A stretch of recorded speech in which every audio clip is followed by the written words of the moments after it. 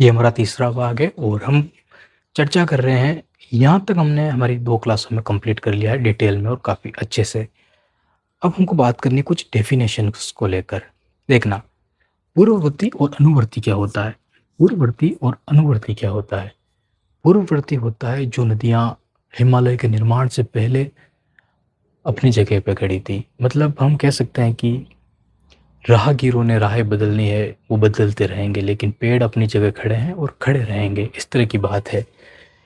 जैसे सिंधु नदी हो गई, गंगा नदी तो ठीक है, ब्रह्मपुत्र नदी हो गई, ये नदियाँ जो है सब हिमालय का निर्माण तो होता रहा, प्लेटें ऊपर उठती रही, लेकिन इन नदियों ने अपनी जगह नहीं छोड़ी, ये हमेशा वहीं से बहेगी। इन्होंने ठान लिया कि हम यहीं से बहेंगे, यहीं से बहेंगे, कहीं नहीं जाएंगे।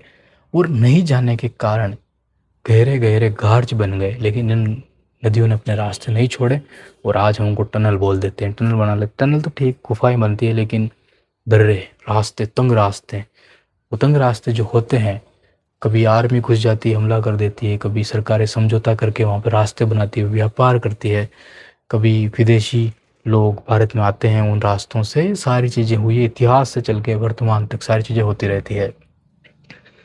तो कुछ नदियाँ पूर्ववर्ती होती है जो हिमालय के बढ़ने के पहले भी मौजूद थी और उन नदियों ने अपना रास्ता नहीं छोड़ा। कुछ नदियाँ होती है जो अनुवर्ती होती है, जो अब ढलान के हिसाब से चल लेती है, जैसे कि गंगा नदी या चंबल नदी। चंबल नदी तो पहले थी, ठीक है, तो उसका नहीं कह सकते, लेकिन गंगा नदी हो गई, उपमहाद्वीप की काफ़ी सारी नदियाँ हो गई। गंगा नदी देखो यहाँ से बह रही है, ढलान इधर मिला, ये नदी इधर चली गई। सिंधु नदी देखो इधर बह रही है, चाहे ढलान कहीं भी मिले, ये नदी बहेगी उसी हिसाब से, और इधर ही बही वो, इधर नहीं आई, इधर ही बही वो, ठीक है। तो इस तरह होती है पूर्व नदी और अनुवर्ती। पूर्व नदियाँ वो जो हिमालय से पहले भी अपने रास्ते पर बहती है और रास्ता नहीं छोड़ती है, वो हिमालय से निर्माण से पहले वो नदियाँ बही। अनुवर्ती जो नदियाँ ढलान के साथ अपना रास्ता मोड़ लेती है, या वो नई नदियाँ होती है। वो नई नदियाँ हमको कहाँ पे मिलती है? लगभग यहाँ पे। अब उपमहाद्वीप में अफवाह प्रतिरूप वही चीज़ होती है कि अफवाह प्रतिरूप, जैसे चट्टानें हैं तो चट्टानों के किनारे किनारों पे नदियाँ बहती, तो उसके अनुरूप हो जाती है, अफवाह अनुरूप के। वृक्षाकार नदियाँ क्या होती है? जैसे समतल मैदान है, ये हिस्सा यहाँ पे काफ़ी सारी नदियाँ निकलती है, समतल जगह होती है, मैदान होता है। जैसे गंगा का मैदान है ये समतल, कोई नदी निकलती है यहाँ पे, इसके अंदर कोई नदी मिलती है, फिर आगे चलती इसके अंदर कोई नदी मिलती है, इधर से कोई नदी आ रही मिलती है, इधर कोई नदी, इधर से कोई नदी, इधर से कोई नदी। अब आप ध्यान से देखिए, क्या ये वृक्षाकार की आकृति नहीं हुई है? अब यहाँ पे तो डेल्टा बन गया, तो डेल्टा आप जड़ों को समझ सकते हो, तो क्या ये वृक्षाकार नहीं हुआ है? तो वृक्षाकार नदियाँ कौन सी होती है? वो नदियाँ होती है जो समतल मैदानों में बनती है, ठीक है। उसके बाद जालीनुमा या समकोण, कोई नदी तीव्र गति से आ रही है, उसको फर्क नहीं पड़ता है कि आगे ढलान है, अवरोध है, क्या है, घुस जाएगी बस, तो वो नदी समकोण पे ही काटेगी दूसरी नदी को। तो ऐसी कौन सी नदियाँ होती है जहाँ पे ऊंचाई काफ़ी ज़्यादा होती है?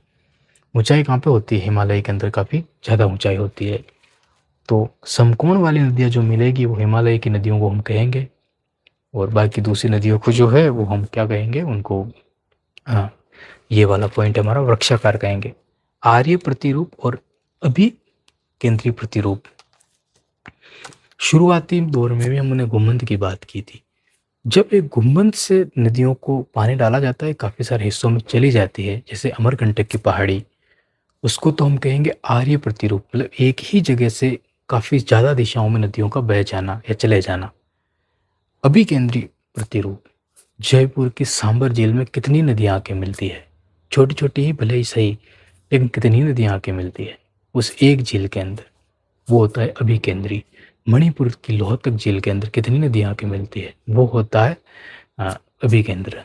अभी केंद्रीय मतलब कि एक ही जगह पे काफ़ी सारी नदियों का आना तो अभी केंद्रण, एक ही जगह से काफ़ी सारी नदियों का चले जाना क्या कहलाएगा? आर्य प्रतिरूप। ये हमारा तीसरा भाग कंप्लीट होता है नदियों को समझने को लेकर। अब अगर कोई क्वेश्चन हो, आप पूछ लीजिए क्वेश्चन, हम समझाने के लिए तैयार हैं। बहुत बहुत धन्यवाद आपका।